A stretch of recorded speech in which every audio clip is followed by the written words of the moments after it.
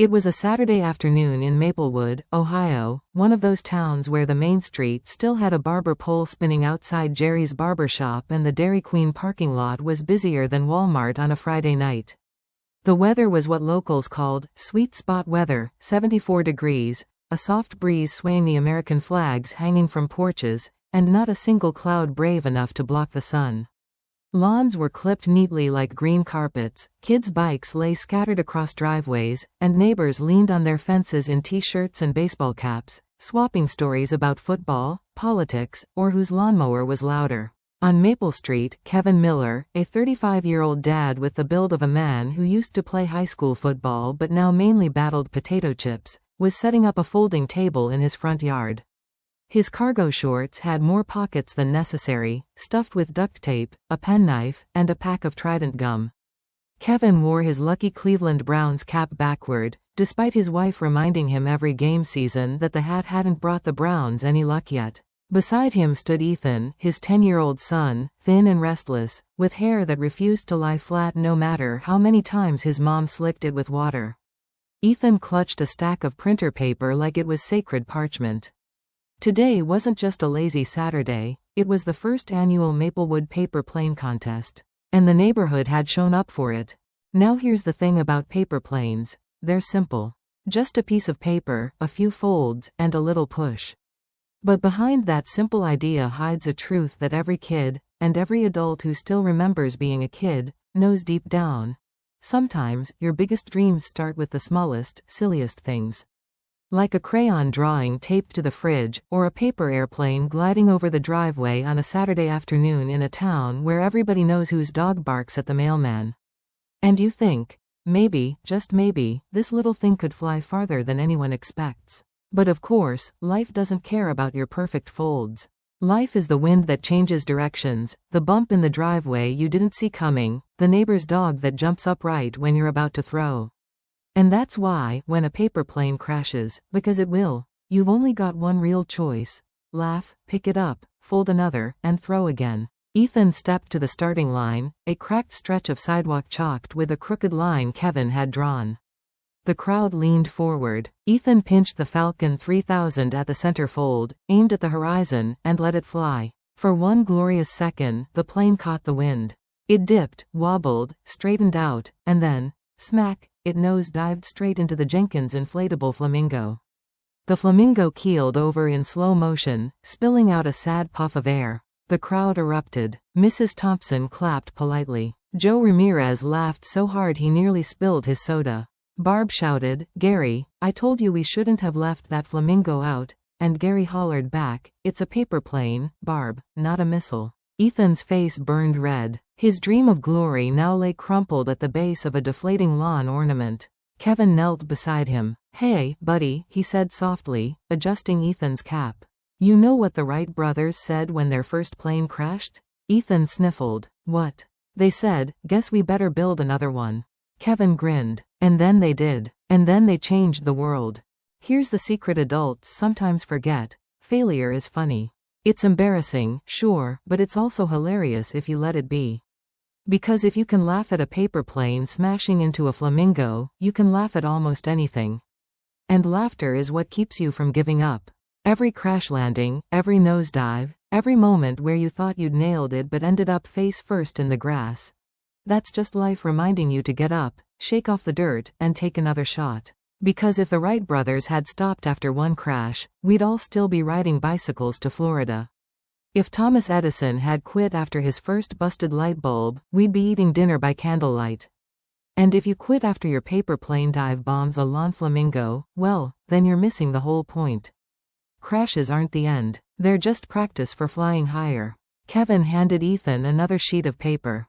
"All right, champ, let's see Falcon 3001. This time, Ethan folded carefully, smoothing each crease with determination. The neighborhood leaned in again, the kind of hush usually reserved for game-winning free throws. He took a deep breath, squared his shoulders, and launched. The Falcon 3001 soared. Over the driveway, past the hedges, across Mrs. Thompson's yard. It cleared the birdbath, startled a squirrel, and landed gracefully near the sidewalk. The crowd cheered. Mrs. Thompson even stood to clap. Ethan's grin spread wide. The flamingo still lay flat, but his spirit was back up in the air. And as Kevin ruffled his son's hair, he thought, that's it. That's the whole lesson. Try again. Fly higher.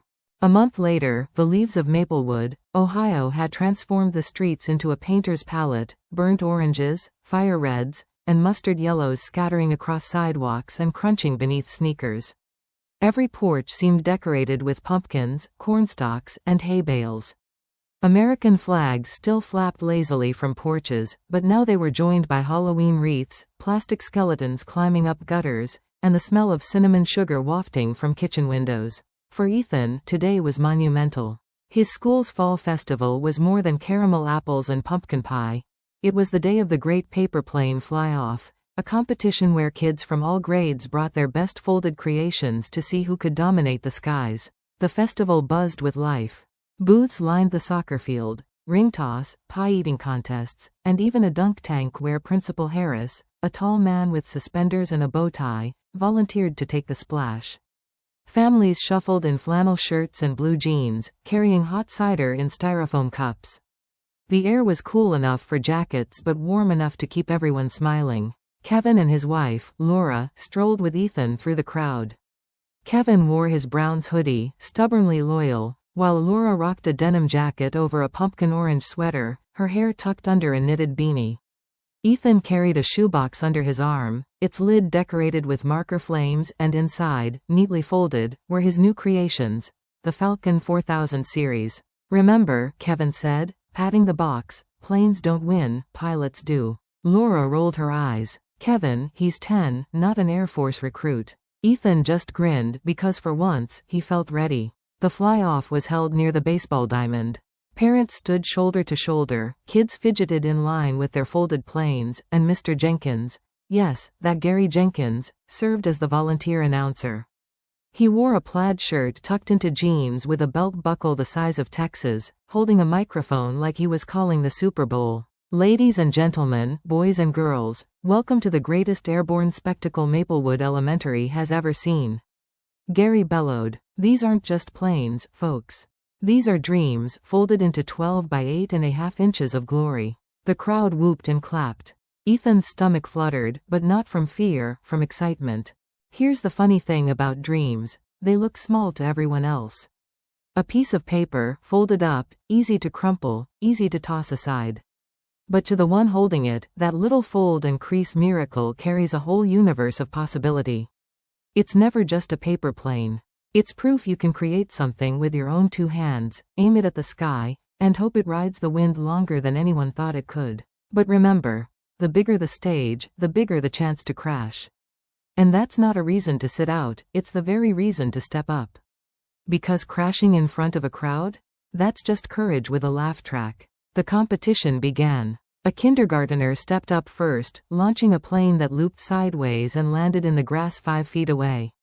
Parents clapped anyway. Then a 5th grader named Chad Walters, wearing aviator sunglasses like he was Tom Cruise in Top Gun, strutted up. His plane cut through the air like a dart, soaring clear across the infield to thunderous applause. "Top that, Miller," Chad sneered, smirking at Ethan in line. Kevin leaned over. "Ignore him. Sunglasses don't make you fly straighter." When Ethan's turn came, he pulled out Falcon 4001. He smoothed the crease, breathed deep, and stepped to the line. The crowd hushed. He could feel Mrs. Thompson watching from the bleachers, her floral scarf flapping like a flag of encouragement. He threw. The Falcon glided gracefully, longer than his last attempt at home, nearly to second base. Cheers erupted. Not the farthest, but respectable. Ethan's heart soared. But then Chad's second throw came. His sleek design zipped past the outfield, nearly hitting the chain link fence. Gasps followed, then roaring applause. Ethan's confidence dipped like his first failed plane. He reached for Falcon 4002, but his palms were sweaty now, his creases slightly bent. He launched, and it wobbled, nosedived, and smacked right into Principal Harris' dunk tank chair. The chair shook, Harris flailed, and splash, down went the principal in a tidal wave. The crowd exploded, half in horror, half in laughter. Someone shouted, "That's a record. First paper plane to sink a principal." Ethan's face burned hot. Chad's laugh carried across the diamond. Here's the thing nobody tells you when you're chasing dreams. Sometimes you'll embarrass yourself. Not just a little, but a lot. The kind of crash and burn that makes the whole crowd point and laugh. And in that moment, you've got two choices. Shrink so small you disappear, or laugh louder than they do, and fold another plane. Because the truth is, the crowd forgets fast. But you'll never forget if you quit. Every splash, every dunk, every flamingo deflating disaster, it all becomes part of the legend. And legends aren't built on perfect flights. They're built on the crashes you turn into stories. Kevin jogged to Ethan's side, dripping with laughter himself. Buddy, you just made history. No one's ever dunked the principal with a paperplane before. You're a hero. Even Principal Harris, wringing water from his bow tie, gave a thumbs up. Best hit of the day. Ethan cracked a small smile. Then a bigger one. And then he laughed. Loud. The crowd joined in, and suddenly, his failure didn't feel like failure at all. It felt like fun. For his final throw, Ethan pulled out Falcon 4003. He took his time, smoothed every edge, tuned out Chad's smirks, tuned out the memory of the splash. He aimed higher this time, not just across the diamond, but toward the autumn sky glowing orange with the setting sun. He threw. The plane soared. Longer, straighter, steadier than all the others. It didn't beat Chad's distance, but it didn't need to. The crowd cheered. His parents beamed. Ethan felt taller, lighter, like maybe he could fly himself. Chad strutted around with his medal, but Ethan didn't care. He had something better. The knowledge that crashes don't end you, they lift you higher, if you let them. As the festival wrapped up, Kevin clapped his son on the back. So what did we learn today? Ethan grinned. If you crash a plane, just fold another. Exactly, Kevin said, looking up at the dusky sky. Try again. Fly higher. Life is nothing but a giant paperplane contest. You fold, you throw, sometimes you soar, sometimes you nosedive into a dunk tank.